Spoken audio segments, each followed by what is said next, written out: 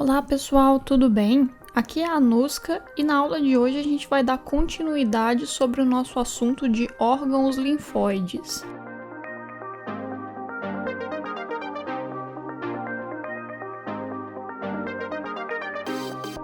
Se você não assistiu à última aula, vai assistir primeiro porque lá eu expliquei alguns conceitos importantes que eu não vou repetir aqui nessa aula de novo. Mas só para relembrar vocês, nós temos órgãos linfóides primários e secundários, sendo que os primários são órgãos onde a gente tem maturação de células de defesa, que é o que acontece na medula óssea e no timo, e nos órgãos linfóides secundários a gente vai ter uma manutenção adequada do ambiente para que o nosso sistema imunológico possa funcionar corretamente. A gente falou dos órgãos primários na última aula e hoje a gente vai falar dos secundários e como eles vão funcionar. Nosso primeiro assunto vão ser os vasos linfáticos. E assim como muita gente não sabe o que o timo, o que o baço faz, principalmente a pessoa leiga, que não tem algum contato mais aprofundado com a área da saúde. Muita gente também não sabe o que os vasos linfáticos fazem. Eu era obcecada por esses livros de ciência quando eu era pequena, que mostram vários detalhes do corpo humano, mostram o esqueleto, o sistema circulatório, os nossos músculos, e sempre tinha uma parte que mostrava o sistema linfático, que é composto pelos vasos linfáticos.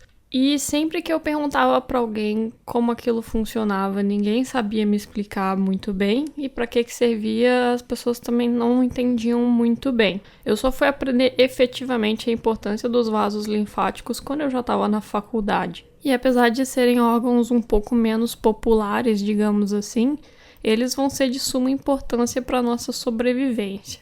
Isso acontece porque não só os vasos linfáticos têm uma grande importância para o nosso sistema imunológico, tanto que a gente está vendo sobre imunologia nessas aulas, eles vão ser extremamente importantes para o nosso sistema circulatório também. Para entender o porquê disso, a gente precisa revisar alguns conceitos que a gente ainda não fez aula sobre, mas talvez você já tenha visto em fisiologia. Pelo menos no meu caso, foi uma das primeiras matérias que eu aprendi na faculdade, bem antes de imunologia. Eu vou passar um pouco rápido então, só para a gente não ficar preso só nesse tema, porque daria para explicar um monte de coisa sobre isso. Se você tiver com dificuldade, abre um livro de fisiologia para entender um pouco melhor. Mas eu vou revisar aqui de uma forma bem didática e te mostrando exatamente o que você precisa saber para entender sobre os vasos linfáticos. Aqui, então, eu desenhei um sistema circulatório bem rudimentar, o nosso sistema circulatório da grande circulação, ou seja, a circulação que vai do coração para o corpo e de volta para o coração. É só um esquema mesmo, não é para ser nada anatomicamente correto, mas aqui vocês podem ver o coração. Saindo dele, a gente vê de vermelho as nossas artérias. Aqui no meio estaria o intestício, onde ocorre troca de fluidos, desoxigenação do sangue, e aí o sangue volta por aqui desoxigenado, com um monte de lixo, digamos assim, que a célula precisa que seja purificado e volta para o coração. Esse sistema, de forma geral, quando a pessoa está bem saudável, ele funciona muito bem. Porém, mesmo numa criança, num atleta, numa pessoa 100% saudável que não tem nenhum acometimento patológico do sistema circulatório, a gente vai ter vazamento de líquido aqui no intestício dos nossos tecidos. Nem tudo que as artérias mandam para os tecidos eles conseguem captar completamente. As veias vão retirar boa parte desse sangue que passou por aqui, mas cerca de 10% do volume total, vejam que é bastante coisa, vai ficar acumulado aqui em volta do interstício. Esse líquido aqui, ele não é sangue. Se vocês lembrarem daquelas aulas que geralmente a gente tem em química do ensino médio sobre misturas homogêneas e heterogêneas, o sangue era uma pegadinha naquele tipo de pergunta, porque olhando para o sangue, a gente acha que ele é homogêneo, porque ele é vermelho, é um líquido vermelho, não tem nada de diferente. Mas a gente sabe que o sangue é a mistura de duas coisas: as células do sangue, que aí a gente tem células de defesa, e as hemácias, que são quem dão essa coloração vermelha ao sangue. E a gente tem o plasma, que é composto de proteínas e várias substâncias necessárias para manter os nossos tecidos saudáveis. O que vaza aqui é mais ou menos parte do plasma. A gente não tem vazamento de células propriamente ditas, a não ser que tenha alguma lesão nesse tecido e esteja sangrando, ou se a gente está tendo um processo inflamatório, que aí as células fazem aquela migração para sair dos vasos e ir para os tecidos atacarem quem é que está atrapalhando tudo. Isso a gente viu na nossa aula de inflamação. Quando isso acontece, esse líquido aqui aumenta um monte, ele chega a ficar 10 vezes maior em volume. Então, o que que acontece? Esse líquido ele fica acumulado, ele é absorvido pelo tecido, ele vai para outro lugar. O que que acontece com esse líquido? Bom, é aí que eu quero chegar. Os tecidos não absorvem esse líquido. E se ele ficasse acumulado aí para sempre, a gente ia estar sempre acumulando muito líquido e uma hora a gente ia virar um balão e explodir. Mas isso não acontece porque a gente tem um terceiro tipo de vaso especializado para tirar esse líquido daqui, que são os vasos linfáticos. Eu representei eles aqui de verde e eles vão estar entre esses vasos aqui, no meio do intestício também, e vão estar coletando o líquido que o nosso sistema circulatório propriamente dito não consegue levar com ele. Esse líquido vai entrar pelos vasos linfáticos e vai seguir o seu caminho, que a gente vai ver qual vai ser. Uma coisa que eu não falei para vocês ainda é que, assim como nas nossas veias e artérias a gente tem sangue,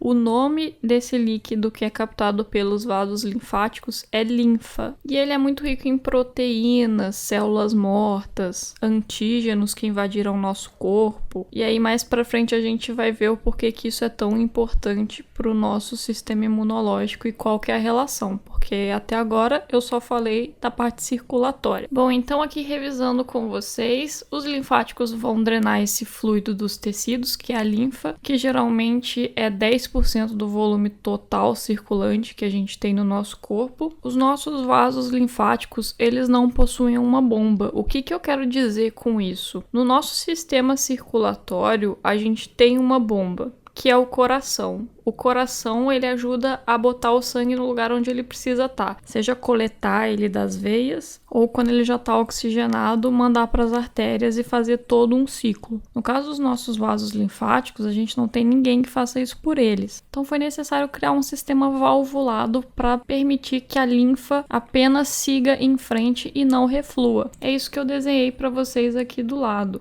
A gente tem um vaso linfático cortado e dentro dele a gente tem essas estruturas aqui que são válvulas. Elas ajudam que, se a linfa bate aqui na parede posterior e faz alguma força para tentar ir para trás, ela acaba sendo redirecionada para o local certo e continua seguindo em frente. Os nossos vasos linfáticos também têm camadas de músculo liso que ajudam a propulsionar esse líquido na direção certa. Essa estrutura com válvulas é semelhante ao que a gente vê nas nossas veias. Apesar da gente ter o coração, muito sangue se acumula nas veias também, porque na maioria das vezes o sangue está voltando contra a gravidade e isso dificulta muito. Então a gente tem um sistema mais ou menos parecido com o que a gente tem nas veias aqui também. Os nossos vasos linfáticos vão seguir mais ou menos paralelamente aos grandes vasos e eles não vão ser um sistema fechado. O que eu quero dizer com isso? Acho que fica mais fácil de entender quando eu falo de um exemplo de sistema fechado para falar depois para vocês o que é um sistema aberto. A nossa circulação é um sistema fechado, por exemplo. O sangue sai do coração, vai para os órgãos, e dos órgãos ele volta para a circulação. Essa é a nossa circulação maior, que é um sistema fechado. A circulação menor ou circulação pulmonar também é um outro sistema fechado. O sangue pobre em oxigênio sai do nosso coração para os nossos pulmões,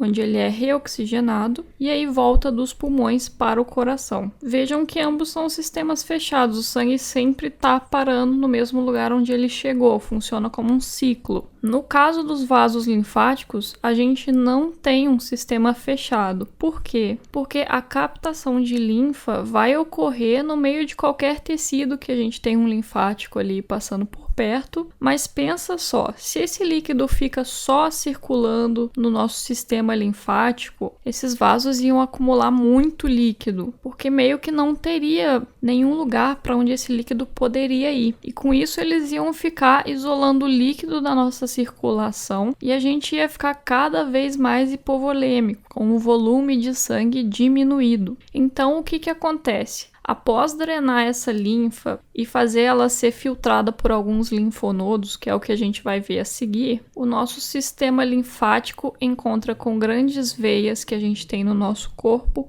e despeja toda a linfa lá, retornando ela para o nosso sistema circulatório. A gente vai ter 2 ductos principais que fazem isso, tá? O mais importante de todos é o ducto torácico, que eu desenhei para vocês aqui. O ducto torácico, ele drena a linfa de praticamente todo o corpo. Ele é responsável pelo território do hemicorpo esquerdo todo e do hemicorpo inferior direito. O hemicorpo superior direito, que é o único lugar onde o ducto torácico não vai poder fazer essa drenagem, a gente vai ter o ducto linfático direito, que está desenhado aqui, e é o responsável pela drenagem da linfa nesse espaço. O ducto torácico despeja seu conteúdo na veia subclávia esquerda. Como você pode ver aqui que eu desenhei mais ou menos, não está muito anatomicamente correto, mas eu acho que dá para entender. E o ducto linfático despeja seu conteúdo na subclávia direita. Talvez você esteja aí pensando que eu falei um monte sobre a importância circulatória dos vasos linfáticos, mas eu disse que eram 2 grandes razões que ele tinha para existir, uma circulatória e a outra imunológica. Bom, ao longo de todo o sistema linfático, a gente vai ter a localização de linfonodos, que são essas bolinhas que eu representei aqui. E a função do linfático é justamente fazer essa linfa passar pelo linfonodo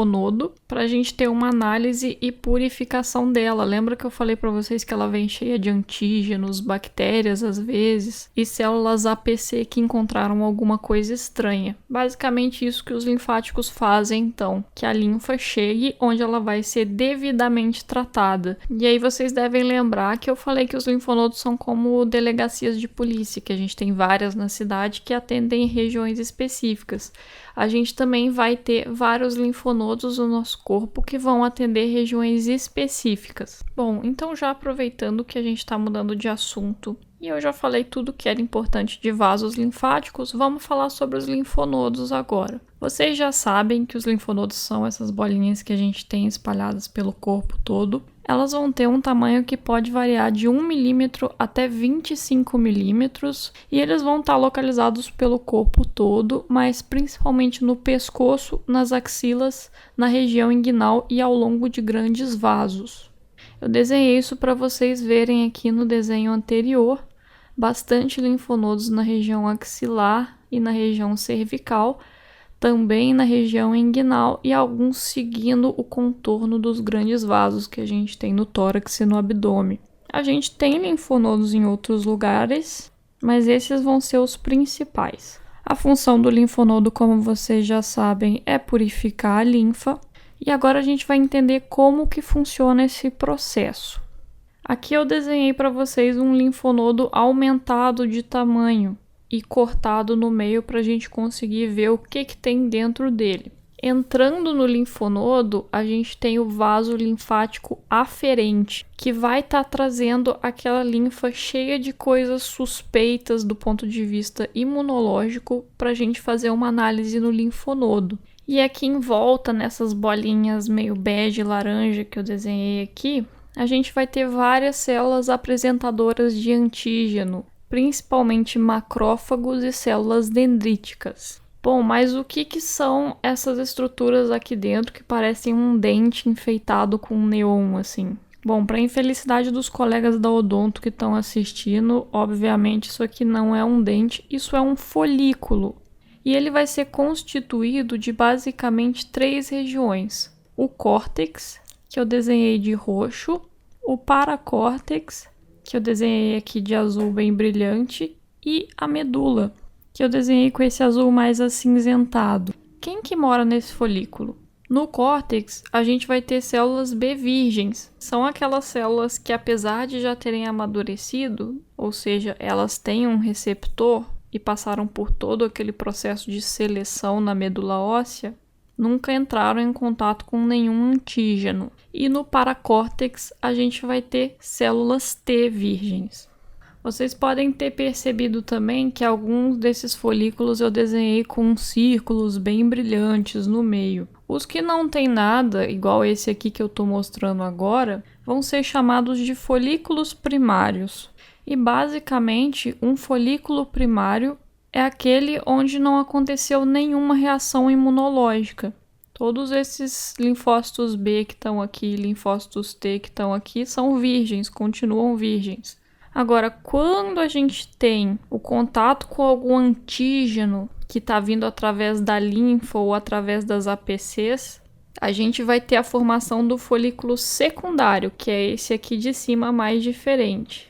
É nesse momento que esses linfócitos virgens que vieram apenas morar aqui e estavam esperando o dia da sua ativação, vão se diferenciar e agir contra qualquer que for a ameaça.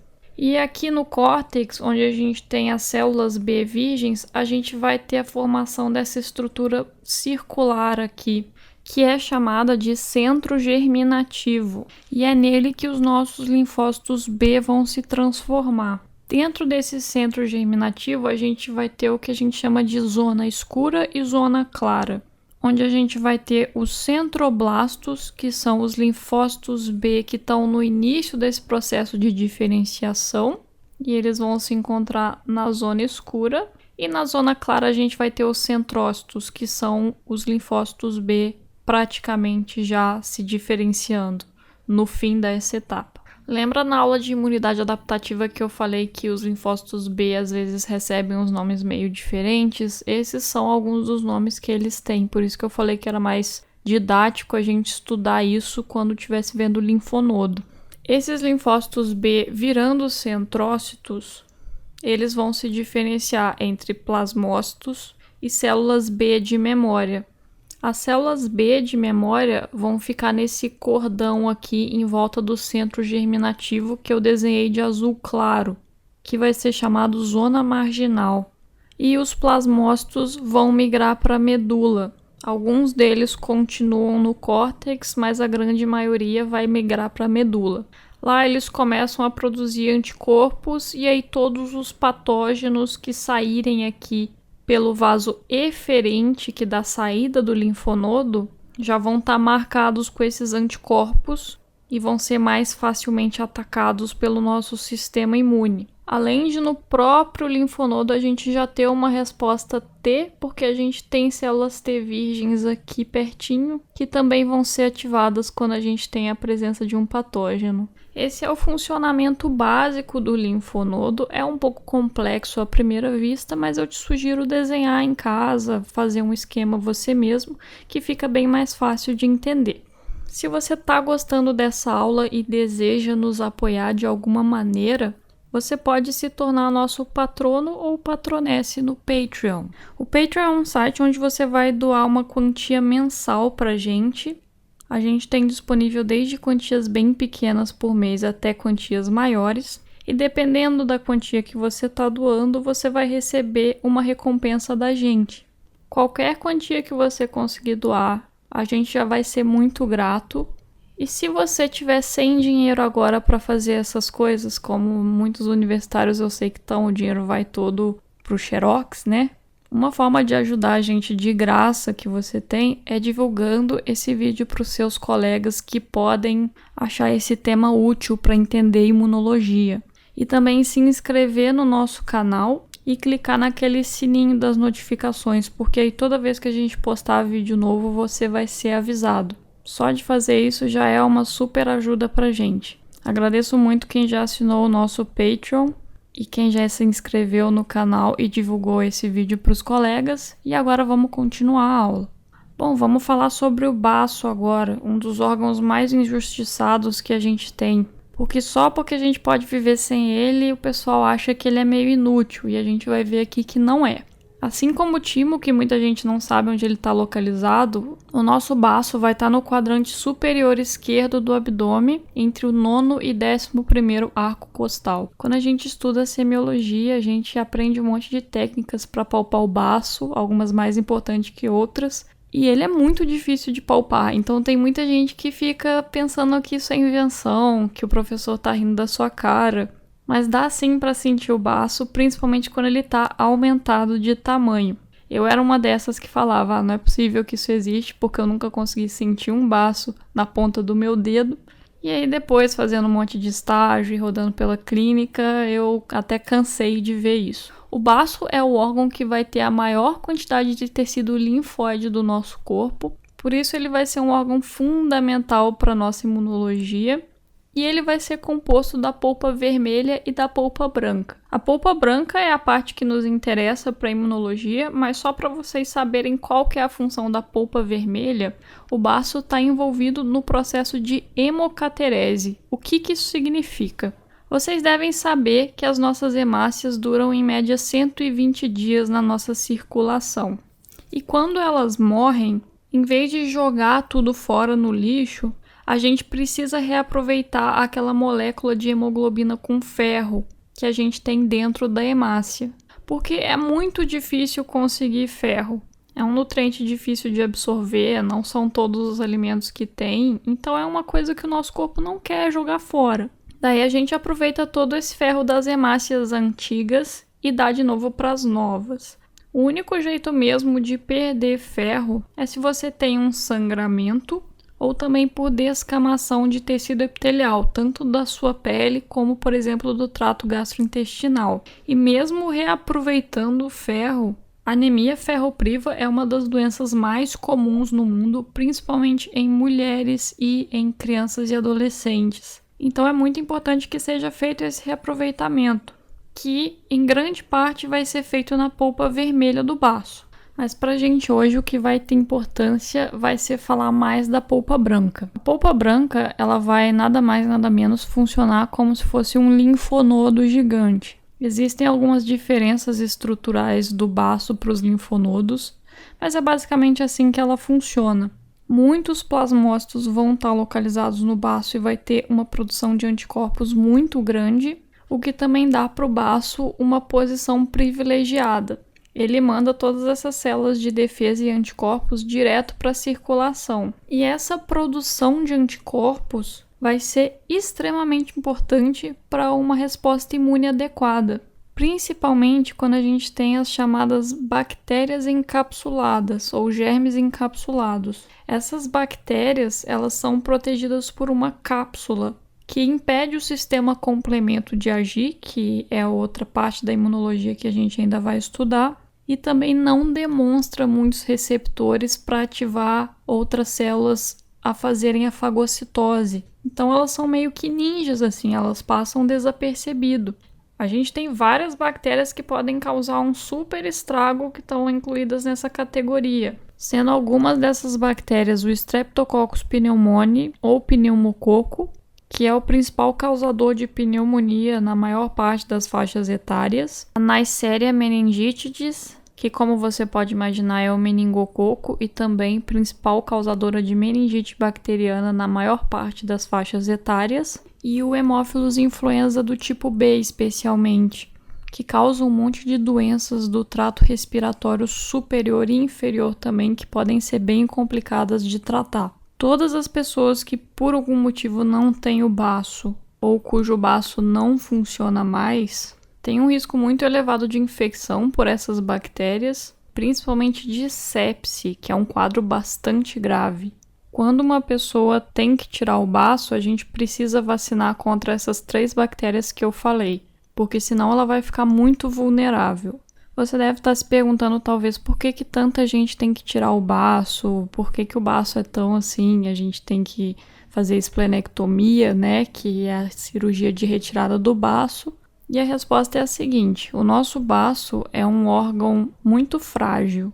Experimenta botar um monte de gelatina dentro de um saquinho de plástico bem fininho. Esse é o nosso baço. Se você bater contra esse saco plástico, vai voar gelatina para tudo quanto é lado. E é basicamente isso que acontece. Quando a gente tem algum trauma abdominal, seja por acidente automobilístico ou por algum ferimento por arma, mesmo arma branca, o baço se rompe com muita facilidade e sangra muito. Ah, mas será que não pode dar ponto no baço para conter o sangramento e manter o órgão? Pois é, agora pensa você tentando dar um ponto nessa sua sacola de plástico com a gelatina dentro. É muito difícil, né? A coisa rasga toda, você acaba fazendo um estrago maior ainda. É basicamente isso que acontece no baço. Às vezes, se for um trauma pequeno, o cirurgião consegue salvar, mas isso acontece muito raramente. E na maioria dos casos a gente tem que acabar fazendo a retirada do baço, porque senão aquela pessoa vai sangrar até a morte. E se o baço é tão importante, por que a gente consegue viver sem ele? Isso acontece basicamente porque outros órgãos, principalmente o fígado, assumem as funções do baço quando ele não está mais ali. Mas até conseguirem substituir 100% demora um pouco, pode demorar até 7 anos. Por último, a gente vai falar das maltes, que são os tecidos linfóides associados à mucosa, como eu falei um pouco para vocês na última aula. Como que ela vai funcionar? Todo o tecido nosso, que é uma mucosa, que está exposto ao ambiente exterior, podendo estar trazendo algum patógeno bem perigoso para dentro do nosso corpo, vai ter um reforço de tecido linfóide dentro de si mesmo. A gente vai ter malte praticamente em todos os lugares do nosso corpo que tem algum tipo de contato com o mundo exterior. E ela vai ser chamada de acordo com o local que ela está localizada. Por exemplo, no nosso trato gastrointestinal, a gente tem a GAUT, que é especialmente representada pelas placas de Peyer que estão no ilho. Nos brônquios, a gente tem a BALT, na conjuntiva dos nossos olhos, a gente tem a CAUT e na pele a gente tem a SALT. Entre muitos outros, se você for olhar, qualquer local que a gente tem contato com o mundo exterior vai ter um pouquinho de tecido linfóide ali para proteger a gente. E a malte, ela pode ser organizada ou não organizada. O que significa isso? Organizada é quando ela vai estar acumulada em pequenas ilhas de tecido linfóide. Não organizada é quando ela vai estar toda dispersa no meio do tecido. A gente tem grandes exemplos de malte organizada nas nossas tonsilas. Lembrando que a gente tem 4 tipos de tonsilas. As tonsilas palatinas, que são as famosas amígdalas, a tonsila faríngea, que é a nossa famosa adenoide, as tonsilas tubárias, que estão nos nossos canais auditivos, e a tonsila lingual, que se encontra na nossa língua. Todas essas tonsilas juntas formam a estrutura que a gente chama de anel de Waldeyer, que é uma região de tecido linfóide bem importante do nosso corpo. Bom, pessoal, é isso aí que eu tenho para falar para vocês hoje, uma aula um pouco mais tranquila, né? Semana que vem a gente volta com mais conteúdo relacionado à imunologia. E é isso, espero que vocês tenham gostado. Bons estudos para todo mundo!